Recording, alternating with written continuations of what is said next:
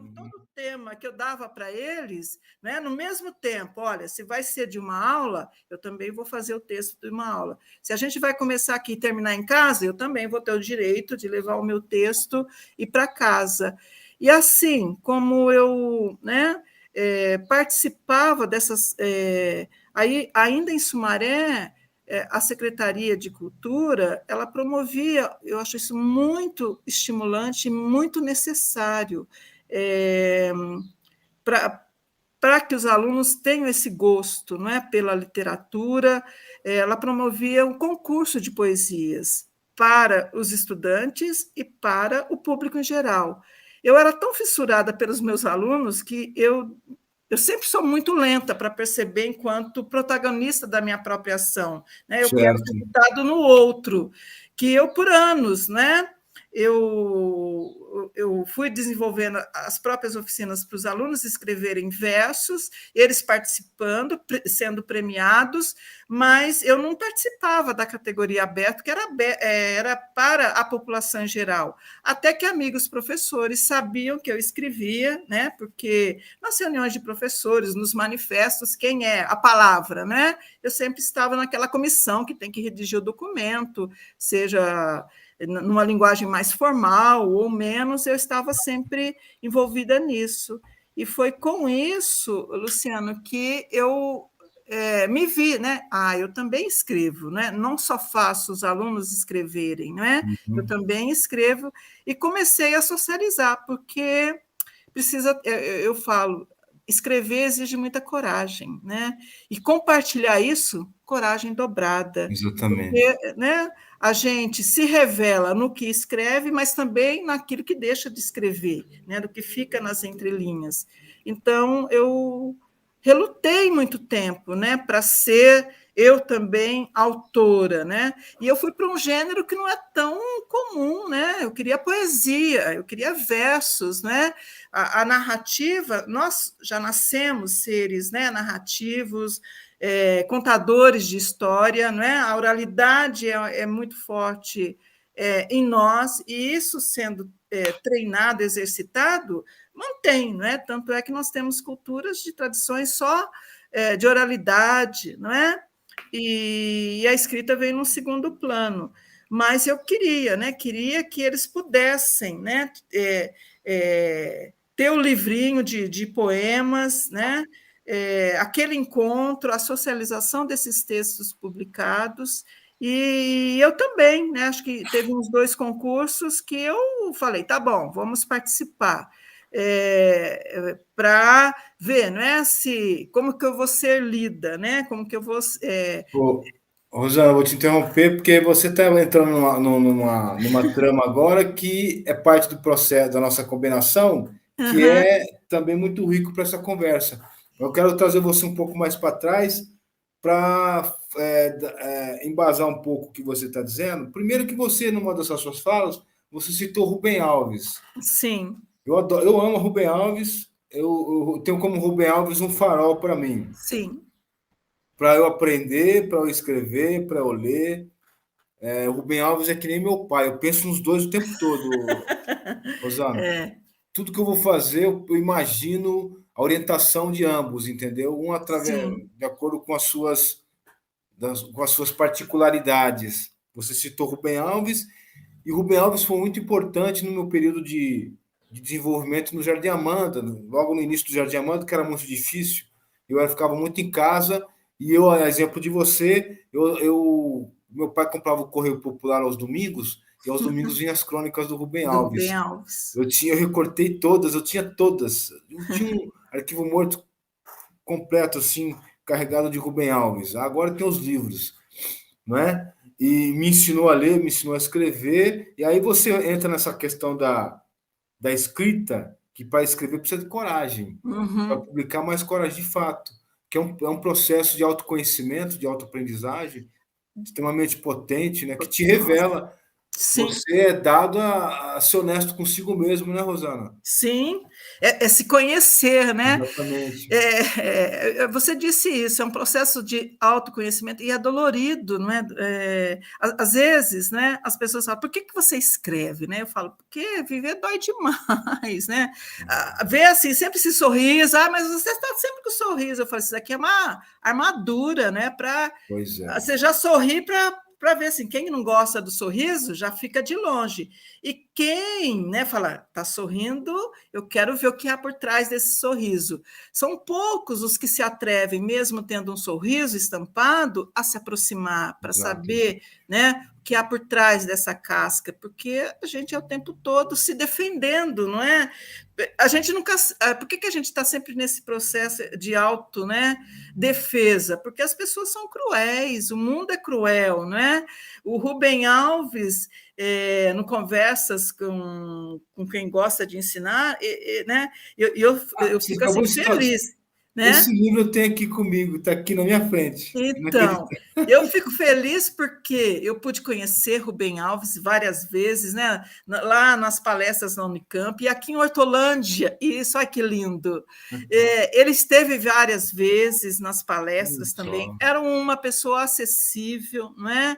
Porque tem essa também, a imagem que a gente constrói de um escritor, de um autor, de uma autora, às vezes estão lá endeusados, né? Não é algo. E era isso que meus alunos falavam, Luciano. Poxa, você estava trazendo, a gente imaginava que todos esses autores estavam vivos, porque eu falava deles de tal jeito que parecia meus amigos, né? Levava, alguns estavam, outros não, né? Sim, é. Eram até de outros séculos. E essa relação com o tempo é muito forte. O próprio Paulo Leminski, eu fiz tradução, fiz especialização em tradução. Ele, num ano, veio, né? Ele veio falar enquanto tradutor, porque o Paulo Leminski também era um grande tradutor, músico, né, compositor, um monte de múltiplos, né? Eu costumo falar, né, que eu sou também feita de eus múltiplos, porque a gente, É né, o ser humano exatamente. é muitos eus, né? E eu Exatamente. gosto desse atrevimento que às vezes eu coloco lá, sou feita de eus e separo a palavra, né, de tracinho eus. Aí você está dizendo que você é Deus? Não, Deus eu nunca quis ser, não, nem tenho tal, né? O atrevimento é para dizer, né? Que se Deus, né, é toda essa potência, é porque ele é feito de vários eus, e eu também, assim, né, nessa imagem de grandeza espiritual que eu carrego, quero trazer isso. São muitos eus que nos compõem, e dessas minorias, né, a gente vai agregando e vai buscando. Eu te interrompi de novo, né, Luciana? Eu Não, sou muito não. prosa, para pegar aqui o fio do pensamento, né? Que a gente vai falando desse revelar-se, né? Desse contato com a palavra, né? Dessa intimidade, né? Porque aí a gente vai chegar num ponto que você vai conhecer, né, tanto a palavra falada, cantada, mas da escrita, e ao fazer, ao compor o seu repertório, né, ao fazer essa seleção, aí vem todo, né? Você carrega todo esse mundo de influências que começam lá, né, na sua mais terra infância, na sua casa, na escola, das autoras e autores que a gente leu, gostou. Eu estava falando da poesia, porque a poesia ela é forte, porque eu não estou falando só enquanto gênero, o poema, o verso, mas de onde a gente encontra, onde a gente vê a poesia, é treinar esse olhar, né, que ele fica cego, enviesado, que as pessoas, principalmente, a criança traz isso naturalmente, mas ela vai crescendo, né? E o adolescente se fecha, e depois, numa fase adulta, a gente, então, fica totalmente refratário, né? Para quebrar essas arestas e se aproximar. Então, eu queria que se aproximasse, né? Que se olhasse de forma diferente para esse mundo duro. Se viver dói tanto, e eu tenho que manter viva, porque a vida é um presente, eu sou, né? Mesmo não gostando, eu quero a vida, né? A morte ainda por mais que a gente deseje e lute, mas ninguém quer. Eu hoje não quero morrer, não, quero continuar muito viva, porque mais agora, chegando aos 60, que eu nunca imaginei chegar. E agora parece que eu quero mais outros, né? A gente quer um segundo, uma terceira, uma quarta chance, quantas chances vierem, para que a gente tenha tempo, não é, de assistir a mais coisas e outras gerações aí também vindo, né? Ô, Rosana, esses encontros são muito bons. Uhum. Com você, superou minha expectativa, porque você está me revelando algumas coisas que são muito potentes, que está muito flagrante para mim, no meu cotidiano, de pesquisador, inclusive. Não tem como não ser, Não né? é? Quando você fala da poesia, até então eu não estava dando muita bola, embora eu goste de poesia, não leio muita Uhum. poesia, mas eu acho importante, porque você falou da oralidade, da nossa oralidade, nós somos Sim, prosa, né? nós somos prosa.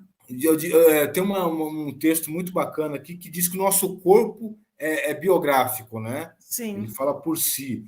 Mas só que a poesia não está no nosso corpo biográfico, a gente precisa. não. E aí você falou uma palavra agora que é extraordinariamente, para mim, fantástica, que é o diferente. O diferente vai dar outro sentido para nós. Outro não, outros sentidos, né, Outros, Rosana? sim. Ele vai ampliar o nosso horizonte, a nossa dimensão. É larga, né? Possibilitar que a gente tenha a felicidade de experimentar outras sensações. A poesia tem essa potência. E quando você vem com essa proposta da poesia enquanto uma prática que precisa ser treinada, precisa ser construída, a gente abre o guarda-chuva, como o professor falava, e dá outro sentido para a vida. É o diferente, né? Sim. Isso é potente. E a gente precisa disso, né, Rosana? Sim, para que as pessoas falam, ai, nada muda, né? Por que, que eu vou, né, fazer as coisas se nada. Eu falo, não, é que as mudanças elas demoram, né? As pessoas querem mudança para ontem. As mudanças elas têm um tempo para acontecer, né? E, se permitindo, não é, essas experiências, essas sensações. Aí você falou, né, da Conceição Evaristo, ela propôs, isso é maravilhoso, não é? Desses grupos coletivos, né? E aí eu volto, né? Eu me aposentei em 2015. Professora aposentada, o que eu ia fazer? Eu tinha um projeto de vida, eu ia viajar pelo Brasil e fora, porque era algo que antes, né, o trabalho impedia, os filhos cresceram, saíram de casa, era algo que eu e meu marido falamos, vamos começar. Aí a gente fez a primeira grande viagem em 2019, e aí veio pandemia, aí fez com que a gente, né, se voltasse para dentro das suas próprias casas, porque era como a gente podia se cuidar, né? E ao nos cuidar, né, dentro desse casulo nosso, a gente se voltou ainda, né? Quem trabalha com a palavra, mais para dentro de si mesmo, né? E esse mergulho dentro de si mesmo, eu estava quieta no meu canto, Luciana. Aí as pessoas, olha, Rô, vem, a gente está fazendo sarau virtual, a gente está fazendo podcast, a gente está fazendo isso. E eu não dei muita trela também. Eu falei, eu demorei para ter celular, eu demorei para entrar nas redes sociais, eu não sei mexer nessas coisas, gente. Não, grava lá no WhatsApp. Você tem tantos poemas, grava lá que a gente vai pôr no não sei o quê. E foi, Luciana, o negócio começou de um jeito, quando eu vi, não é? A coisa estava assim, né? Não era só mais Hortolândia. A gente começou com um grupo de Hortolândia, com pessoas fazendo aqui de Hortolândia, que é a Nirlei Maria Oliveira, que é uma pessoa, é a bibliotecária, né? Uma grande escritora, poeta, e também bibliotecária do Instituto Federal aqui de Hortolândia. E tem um trabalho assim para o fomento da leitura excepcional. Ela começou, né, com os podcasts, garimpando gente daqui de Hortolândia primeiro e depois chegou lá no Maranhão. Sabe, a potência que tem as redes sociais, né, as mídias sociais, é incrível. E aí, quando eu vi, eu caí na rede, né? Fui descobrir o mulherio das letras, fui conhecer mulheres premiadas que de livros que eu não tinha lido. Os de poesia, sim, né? Eu já acompanhava, porque era algo mais fácil e tenho fôlego para isso. Mas romance, contos, era algo que eu falei, gosto, mas não é minha prioridade, vai ficar lá, na reserva. A não ser que alguém indique e fale, né? Mandei um trechinho, é algo que eu vou querer ler muito.